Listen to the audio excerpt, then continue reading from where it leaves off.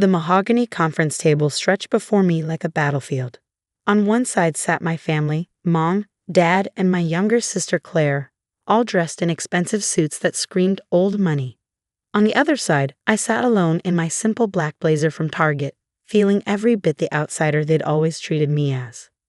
"Just sign the papers, Margaret," Dad said, sliding the stack of documents across the polished surface. "It's for the best. Claire has the business degree. She knows how to run grandfather's company." I stared at the inheritance transfer papers, my grandfather's final gift to me, 51% controlling stake in Montgomery Technologies, worth over $200 million.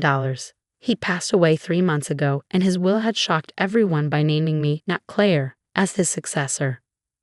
I earned my engineering degree while working full-time. I reminded them quietly, "I understand the technical side of our products better than anyone."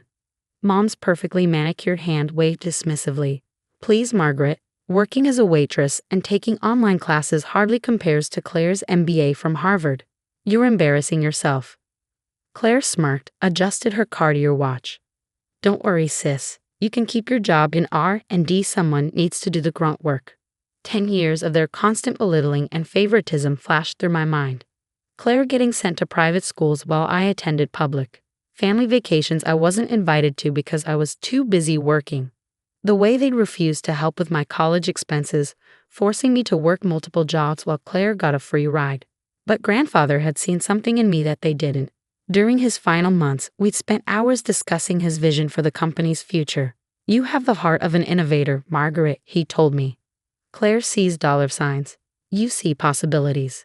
Now they wanted me to throw away his faith in me, sign over my birthright to the sister who'd never worked a day in her life.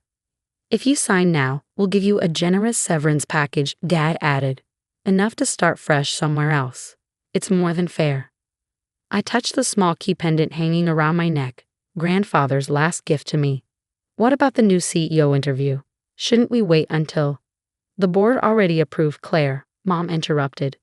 "This is just a formality. Sign the papers, Margaret. Don't make this difficult." I reached for the pen, saw the triumph in Claire's eyes. Then I remembered grandfather's words. "When the time comes, trust your instincts. You're stronger than you know." "No," I said softly. "Excuse me?" Dad's face darkened. I said no. I stood up, gathering my courage. "I'm not signing anything. Grandfather chose me for a reason." Claire's perfectly painted lips curled into a sneer. "You really think you can run this company? You'll drive it into the ground within months. Face it, Margaret, you're not qualified. You're not good enough. You never have been." "That's enough." A commanding voice rang out from the doorway. We all turned to see James Morrison, grandfather's longtime attorney, entering with a distinguished-looking woman in an impeccable suit. "Everyone, I'd like to introduce Catherine Chen, CEO of Chen Tech Industries and your grandfather's chosen mentor for the new CEO of Montgomery Technologies." My family's faces went pale as Catherine strode forward, hand extended, toward me. "Margaret," she smiled warmly, "your grandfather told me so much about you. I've been reviewing your product development proposals. Brilliant work.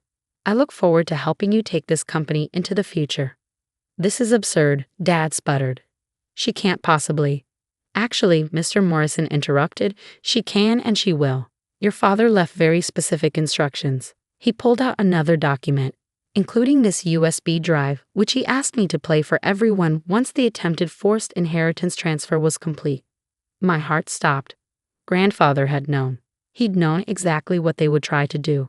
The conference room screen flickered to life, and there he was, my beloved grandfather, looking frail but determined in his hospital bed.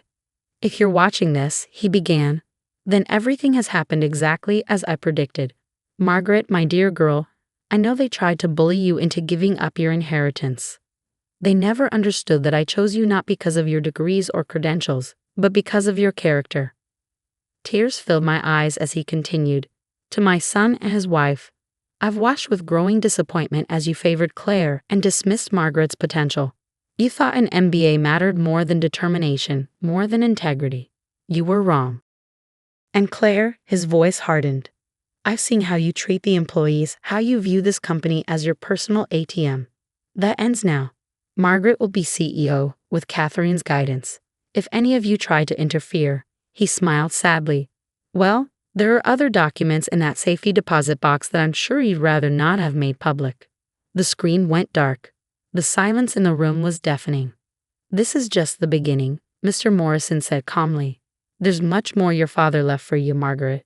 Shall we discuss the rest privately? I looked at my family's shocked faces, Mom's theatrical near faint, Dad's purple rage, Claire's cold fury, and felt nothing but relief. A decade of their manipulation and emotional abuse was ending.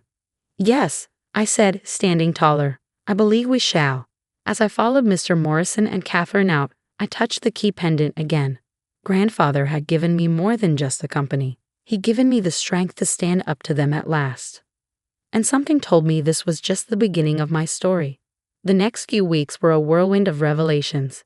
In the private meeting with Mr. Morrison and Catherine, I discovered just how thoroughly Grandfather had planned everything. Your grandfather left you more than just the company, Mr. Morrison explained, opening his briefcase. The key you're wearing, it opens a special safety deposit box at First National Bank. Inside that box, I found decades of evidence. Documents showing how my parents had systematically embezzled company funds, emails revealing Claire's attempts to sell proprietary technology to competitors, and most shockingly, proof that they tried to have Grandfather declared mentally incompetent when he first suggested making me his successor. They never knew I kept records of everything, Grandfather's voice explained in another video. I wanted to give them a chance to change, to recognize your worth on their own. But they never did.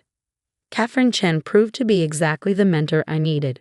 A self-made billionaire who'd started as an engineer herself, she understood both the technical and business sides of running a technology company. Your grandfather reached out to me 6 months ago, she told me over coffee in her office. He said he'd found a kindred spirit in you, someone who saw technology as a way to improve lives, not just make money. Under her guidance, I threw myself into learning every aspect of the business. The board members who'd known Grandfather welcomed me warmly, sharing stories of how he'd built the company from nothing. Even more surprisingly, many employees came forward with their own stories of how Claire and my parents had mistreated them. Your sister tried to fire me because I wouldn't fudge the numbers for her, our CFO confided. Your grandfather stopped her. He always protected us from their worst impulses.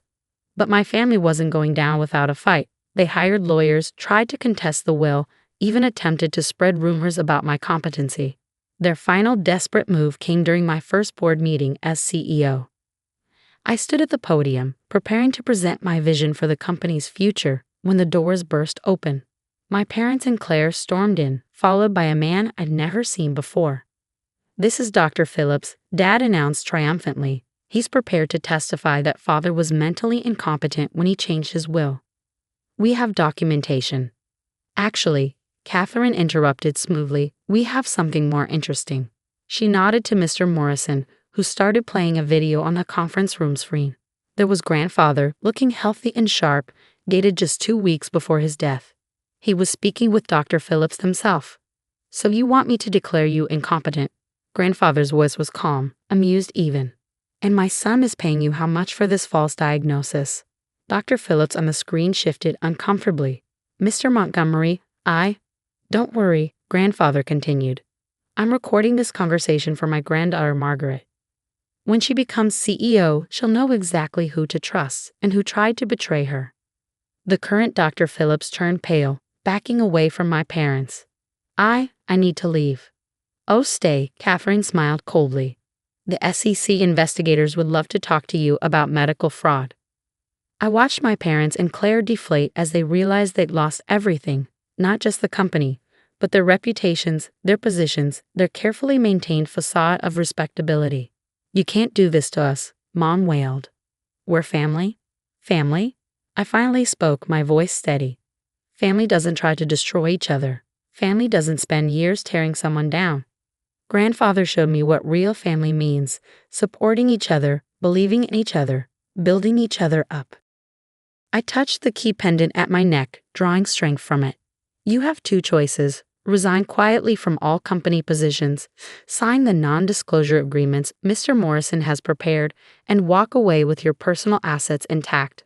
Or, Claire whispered, her arrogance finally cracking, or we release everything. Every document, every email, every recording. I'm sure the press would love to hear how the great Montgomery family tried to defraud their own father and daughter. They signed the papers within the hour. 6 months later, Montgomery Technologies was thriving. Our new line of medical devices, a project I developed in secret during my years in R&D, was revolutionizing patient care. The stock price had doubled. Employee satisfaction was at an all-time high. I kept grandfather's old office exactly as it was, adding just one thing: a framed photo of us from my engineering graduation, the ceremony he'd attended alone while my parents were on vacation with Claire. "You see possibilities," he told me that day. Now, sitting at his desk, my desk, I finally understood. He'd seen the possibility in me when no one else did, and he'd given me the tools to prove them all wrong. Catherine stopped by one evening as I was working late. "Your grandfather would be proud," she said, looking around the office. "You've exceeded even his expectations." I smiled, touching the key that still hung around my neck. "I had good teachers. And your family?" she asked carefully. "Any word?" "I heard they moved abroad. Claire's trust fund will keep them comfortable but not extravagant. It's enough." And it was enough. I didn't need their approval anymore. I had something better: self-respect, purpose, and the knowledge that I'd proven myself not through cruelty or revenge, but through hard work and integrity. Just like grandfather taught me. That night, driving home in my sensible hybrid, some habits die hard. I passed the diner where I'd worked during college. On impulse, I stopped in. Sally, my old manager, was still there, greeting customers with the same warm smile. "Margaret Montgomery," she exclaimed, hugging me. "I saw you in the Business Journal, CEO of Montgomery Technologies. Thanks to people like you," I told her sincerely. "You gave me shifts that worked with my class schedule, covered for me during finals. I wouldn't be here without help like that." An idea struck me. 2 weeks later, Montgomery Technologies launched a new scholarship program for working students pursuing STEM degrees. We called it the Rose Montgomery Memorial Scholarship, after my grandmother who'd always believed in education. The first recipient, Sally's daughter, who dreamed of becoming an engineer.